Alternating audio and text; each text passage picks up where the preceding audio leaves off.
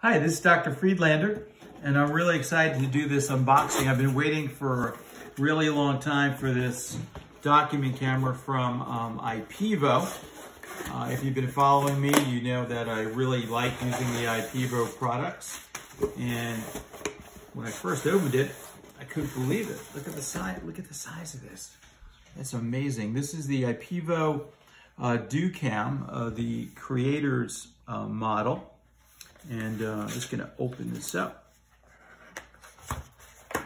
Fantastic packaging. Oh, wow, look at this. Comes with its own little carrying case. This is really, really amazing. Look at this, look at the size. Look at the size of this. The design of this is really, really outstanding. I'm gonna have to try it out a little bit later. But it goes down like this, and then you pick it up, and pops open. So that's your document camera, and then you have your cabling underneath. This is very well done. Then you can also use it as a webcam as well.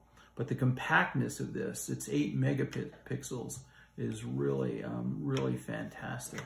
And the way it stores is really great. Just imagine sticking this in your briefcase, and then you're ready to go. So that's the IPEVO DoCam.